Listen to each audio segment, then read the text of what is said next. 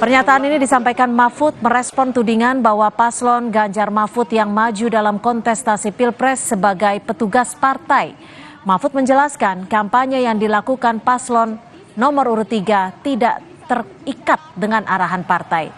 Mahfud mengklaim Ganjar Mahfud adalah petugas konstitusi yang diusung parpol.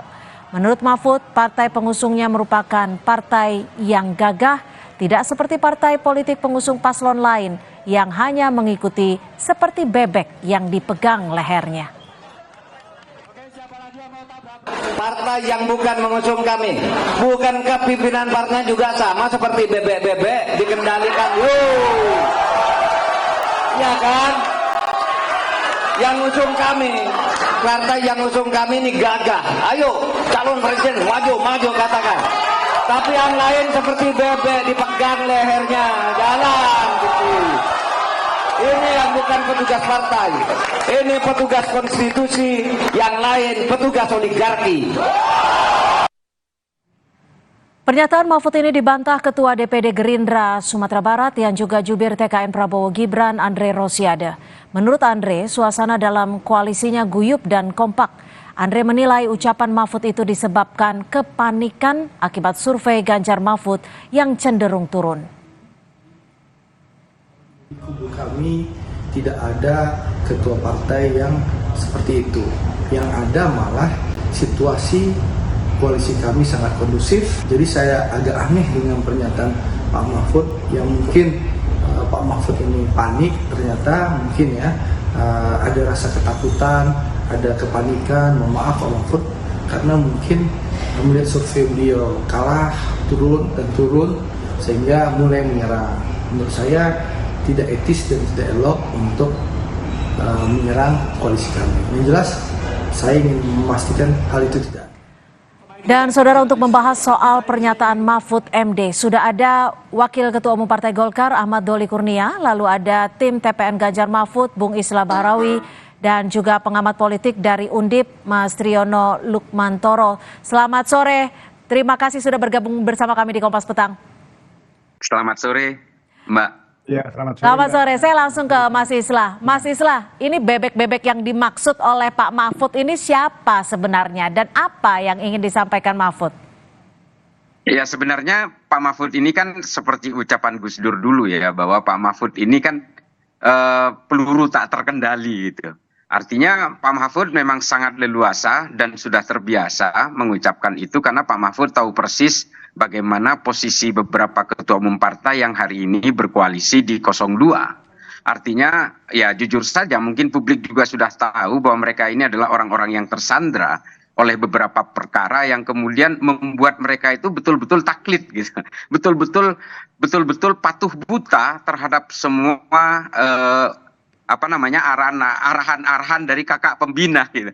Nah, sebenarnya ungkapan Pak Mahfud ini berangkat ketika ada pertanyaan sekaligus bernada tuduhan gitu ya, bahwa Pak Mahfud dan Pak Ganjar ini akan menjadi boneka partai. Makanya kemudian Pak Mahfud bilang, ya kalau kasarnya kurang lebih begini, kalau orang itu ingin mengendalikan cawapresnya tentu saja tidak akan memilih Pak Mahfud.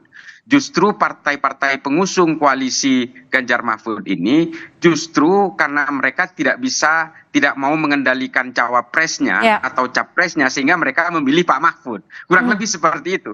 Artinya kalau mau yang patuh-patuh buta itu nggak mungkin milih Pak Mahfud karena Pak Mahfud ini betul-betul peluru tak terkendali gitu. Jadi tadi Anda menegaskan ini ditujukan ke 02 seperti itu?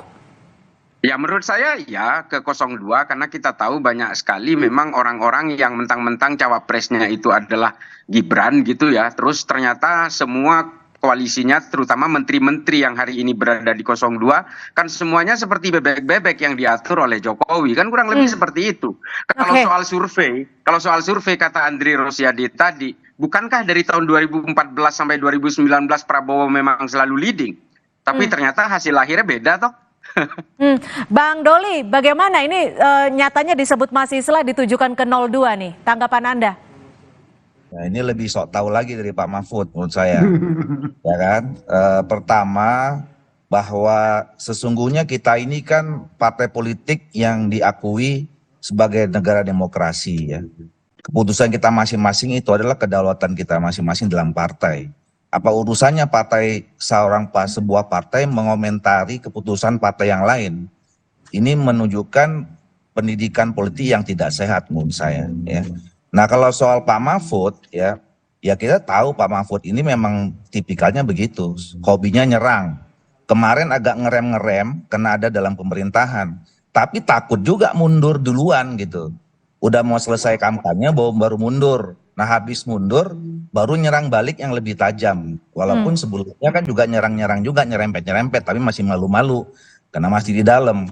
Jadi nggak gentleman juga menurut saya gitu. Oke, Bang Doli, tapi sindiran Mahfud ini jika Anda melihatnya ditujukan ke Partai Golkar tidak sih?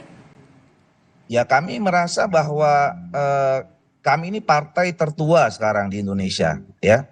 Dan kami selalu menjalankan proses pengambilan keputusan kita secara demokratis. Coba mana sih partai politik yang setiap 5 tahun ganti ketua umumnya? Ya kan? Emang coba dibandingkan dengan partai lain yang tidak ganti-ganti ketua umumnya gitu. Nah, jadi setiap pengambilan keputusan itu diambil dalam proses yang sangat demokratis, termasuk soal calon presiden dan calon wakil presiden. Kami undang semua stakeholder, ketua-ketua DPD, tingkat 1, tingkat 2, kemudian ketua-ketua dewan, dan itu diambil keputusan secara bersama. Jadi nggak ada kemudian diartikan bahwa kemudian semua membebek. Nah, kalau istilah membebek tadi ya di kabinet itu, rupanya emang nggak ada partai yang lain termasuk partainya yang mendukung Pak Mahfud yang sekarang ada di kabinet, berarti bebek juga dong. Satu. Yang kedua, istilah petugas partai itu kan dari partai yang mendukungnya Pak Mahfud. Kami nggak pernah tuh mengenal istilah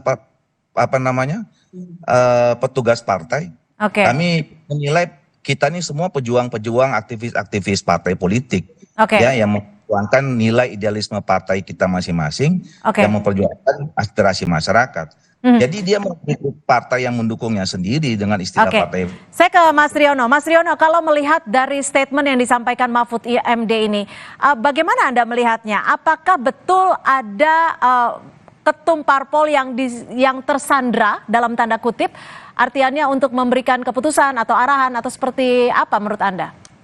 Saya kira pertama kita harus cek dulu, harus kita pastikan bahwa sekarang Pak Mahfud sudah mundur dari jabatannya sebagai Menko Polhukam, itu satu.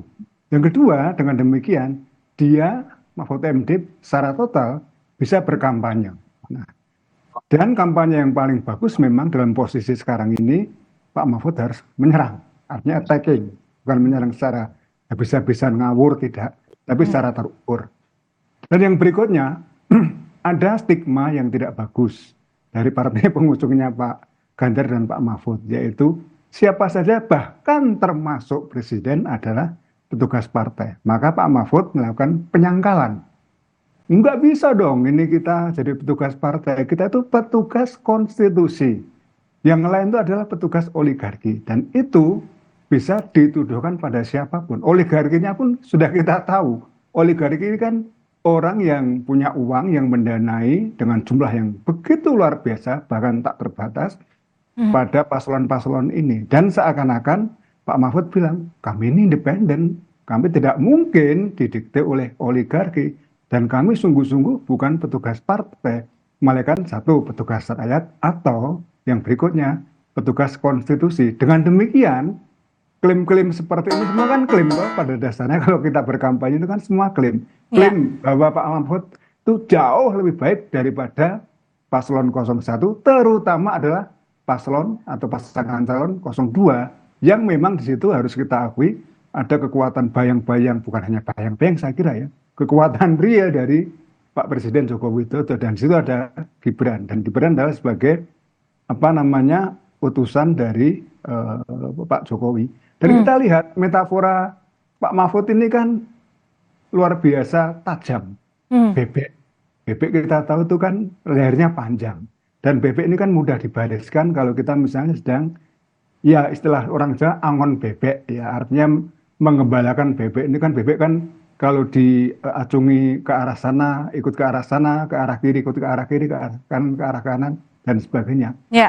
Untuk bisa menangkap bebek secara gampang karena lehernya panjang, maka dipeganglah lehernya. Artinya apa? Pak Mahfud benar-benar menunjukkan ekspresi mungkin juga kegalauan, mungkin juga kemarahan bahwa nggak mungkin kami ini Ganjar Mahfud Baik. seperti bebek yang ada pada koalisi-koalisi yang lain. Baik. Baik, Mas Islah, kita tahu, publik juga tahu bahwa istilah petugas partai itu memang kental disampaikan oleh PDIP. Apakah ada jaminan jika memang nanti terpilih, ada jaminan bahwa bukan lagi petugas partai, tapi juga petugas konstitusi yang diusung oleh partai? Tapi jawabannya usai jeda, tetap bersama kami di Kompas Petang.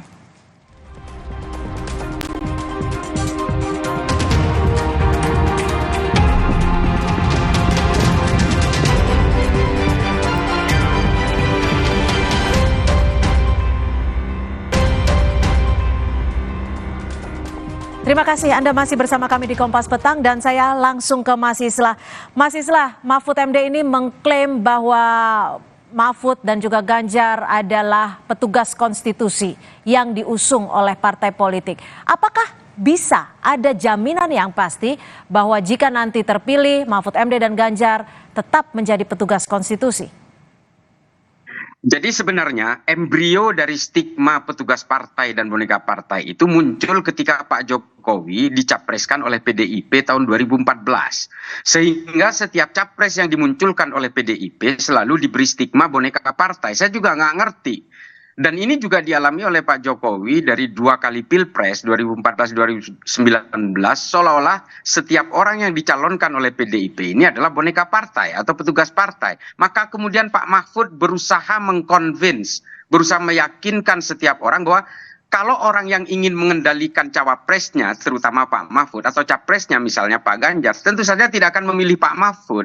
Pak Mahfud ini ingin membuktikan kepada khalayak bahwa saya dipilih oleh PDIP dan juga partai pengusung lainnya untuk menjadi cawapres justru karena saya ini memang nggak bisa dikendalikan. Nah ini yang ingin diketengahkan oleh Pak Mahfud. Jadi Pak Mahfud, lontaran Pak Mahfud itu tidak vis-a-vis dengan 02 atau juga dengan 01, tapi juga vis-a-vis dengan 01 dan 02, apalagi dengan Golkar, tentu saja tidak. Karena di 02 juga bukan hanya Golkar, di 01 juga bukan hanya Nasdem misalnya. Tapi ini adalah bagaimana cara berkomunikasi Pak Mahfud untuk meyakinkan publik bahwa justru saya ini dipilih karena saya ini tidak siap untuk menjadi boneka partai, petugas partai, dan Pak Mahfud juga bukan partisan. Artinya Pak Mahfud ingin meyakinkan itu kepada penanya dan juga sekaligus kepada publik. Baik, Bang Doli, kalau melihat apa yang terjadi saat ini, koalisi Indonesia Maju bisa dikatakan koalisi gemuk, untuk membantah dikendalikan oleh oligarki? Pertama saya kira bagus aja ya yang disampaikan oleh Pak Mahfud bahwa memang seharusnya tidak ada petugas partai. Jadi ada otokritik juga di dalam partai politik yang mengusung Pak Ganjar dan Pak Mahfud gitu. Tetapi seharusnya itu tidak perlu juga nyerempet-nyerempet nyerang-nyerang partai lain ya. Kita urus saja partai kita masing-masing kayak gitu ya. Jadi kebiasaan untuk menyerang tanpa kendali itu juga menurut saya tidak bagus ya. Sebetulnya dalam sistem pemerintahan kita ini kan susah. Kita tadi sudah memilih sistem demokrasi, di salah satu indikatornya adalah partai politik. Jadi semuanya memang aspirasi, kekuatan itu melalui partai politik. Ya bahwa kemudian cara kita mau lebih objektif atau tidak itu memang penting ya. Gak seharusnya semuanya harus ada dialektika, dialog dan segala macam. Nah kalau di Koalisi Indonesia Maju sendiri ya kita ini kan dari awal semuanya punya agenda masing-masing ya. Kemudian berproses ya. Kita punya keputusan-keputusan internal kita yang kemudian menyatu bersama dengan keputusan partai-partai yang lain yang sama visi dan misinya. Ketemulah kemudian 9 partai politik ini membangun Koalisi Indonesia Maju. Jadi sesimpel itu saja. Jadi sama dengan proses pembangunan koalisi partai politik di Pilpres sebelumnya, di mana dalam undang-undang kita itu memang diatur bahwa pencalonan capres dan cawapres itu adalah gabungan partai politik ataupun gabungan partai politik. Nah karena kita ketemu visi misinya, agenda-agenda yang lainnya sama, ya kita kemudian bersatu membangun Koalisi Indonesia Maju. Sesimpel itu saja. Oke, Mas Riono, seperti kita tahu bahwa tadi juga disebutkan oleh Anda, metafora bebek ini kan sebenarnya begitu dalam. Jadi artinya juga bisa dikatakan begitu dalam. Nah, menurut Anda sendiri, untuk yang dimaksud Mahfud ini, bebek-bebek ini dikendalikan oleh siapa? Oligarki bagian manakah? Ya, kalau kita tahu yang namanya oligarki tidak bisa dipisahkan dari kehidupan politik di Indonesia. Kenapa? Karena rakyat sendiri pun tidak mau memberikan kontribusi secara finansial bagi setiap koalisi, bagi setiap calon presiden dan wakil presiden, bagi setiap caleg misalnya. Sehingga ini diambil alih sejak awal oleh oligarki. Dan oleh oligarki inilah semua pembiayaan finansial dan yang lain-lain sebagainya, termasuk tayangan televisi dan sebagainya, itu kemudian dijalankan. Oligarki di Indonesia itu ajaib karena apa? Dia punya partai politik, punya uang besar, punya media yang bisa dikendalikan, dan seterusnya, dan seterusnya. Dan ini saya kira Mahfud MD berupaya, karena salah satu anggota koalisi dari koalisinya Pak Mahfud ini kan HT, dari Tani Sudibyo yang punya MNC Group, dan dia punya banyak jaringan media, ya, media televisi dan sebagainya, termasuk media online. Pak Mahfud ingin menjaga jarak. Kami atau Ganjar dan Mahfud bukan petugas oligarki. Kami tidak gampang didikte. Dan ini adalah cara untuk memberikan diferensiasi. Bahwa kemudian yang terjadi Pak Mahfud tidak secara langsung menyerang 01 maupun 02, Anies Baswedan, Muhammad Iskandar, ataupun Prabowo Gibran. Itu memang kita sudah melihat cara kritik orang Indonesia, cara menyerang Indonesia tidak mungkin seperti itu, Mbak. Tapi kalau bisa dipertegas, oligarki yang dimaksud Mahfud MD ini adalah oligarki yang berkuasa saat ini, atau memang partai politik yang mendukungnya, atau seperti apa? Oligarki itu kalau bayangan saya itu bisa berkuasa, bisa menjadi pengusaha yang cukup mapan dan terkenal, atau dia bekerja di balik layar. Kalau dia menjadi pejabat, jelas oligarki ini kayaknya ya paling menjadi ketua partai, pemilik modal besar, pemilik televisi, pemilik partai politik, dan sebagainya. Itu yang dinamakan dengan oligarki. Kita bisa cek siapapun yang menjadi oligarki di Indonesia. Dan misalnya jumlah dana kampanye, itu pun menurut saya cuma basa-basi saja gitu loh. Kalau kita cek jumlahnya itu, wah luar biasa, lebih banyak itu Mbak dari apa yang dilaporkan. Gitu. Baik, Mas Islah, statement Mahfud ini kan bisa dikatakan cenderung lebih berani dan mengena dengan metafora yang begitu dalam. Apa yang menjadi alasan dibalik ini semua? Apakah karena ada kecenderungan survei yang menurun seperti yang disebut oleh Andre Rosiade? Ya, saya ulangi sekali lagi, kalau soal survei ini dari dulu, dari 2014 hampir mayoritas lembaga pollster itu selalu memenangkan Prabowo. Artinya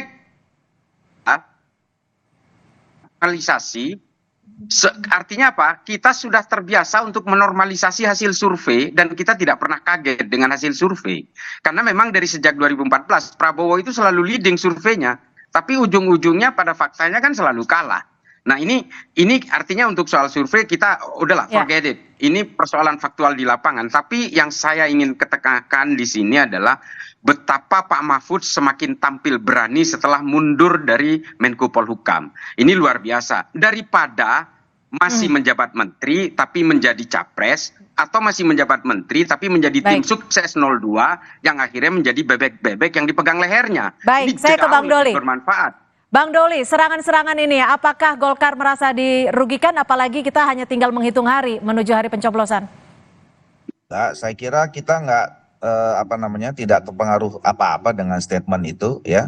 Seperti yang saya katakan tadi, yaitu kan buat semua ya. Kalau memang maksudnya tadi jelaskan bahwa dia mengkoreksi tentang istilah petugas partai, ya artinya mengkoreksi otokritik terhadap lingkungannya sendiri gitu ya. Karena buat kita istilah petugas partai itu nggak ada. Nah, yang kedua soal survei, ya walaupun saya nggak mau bahas itu, tapi saya mau koreksi bahwa 2014-2019 yang leading Pak Jokowi. Ya, bahkan isu mau satu putaran itu kan sering dikemukakan juga pada 2019. Tapi saya nggak mau bahas itu. Nah, yang mau saya sampaikan adalah singkat saja. sebaiknya tinggal sisa 98 hari ini kita ini fokus untuk mempromosikan ya masing-masing capres dan cawapres kita ini dengan ide-ide dan gagasan yang mengemuka, Baik. yang diminati oleh rakyat. Jadi nggak usah lagi saling menyerang yang enggak gitu Baik. Baik. Yang itu kontraproduktif sebetulnya dengan perkembangan kedewasaan dan kesehatan demokrasi kita. Baik. Ini yang harus kita jaga gitu. Baik. Jadi jangan sampai seperti kita kelihatannya kehilangan isu ini Pak Mahfud ini, nggak ada isu lain lagi, ya nyerang aja gitu. Oke, baik. Kami sudah tangkap. Terima kasih Ahmad Doli Kurnia, Waketum Partai Golkar, dan juga Mas Islah Bahrawi, TPN Ganjar Mahfud, dan juga Mas Riono Lukmantoro, pengamat politik dari Undip, sudah bergabung bersama kami di Kompas Petang. Selamat sore. Saudara, informasi lainnya di Kompas Petang akan kami hadirkan selepas jeda. Di antaranya belasan warga dibawa ke rumah sakit setelah pabrik es di Karawaci, Tangerang, Banten mengalami kebocoran gas amonia akibat pipa gas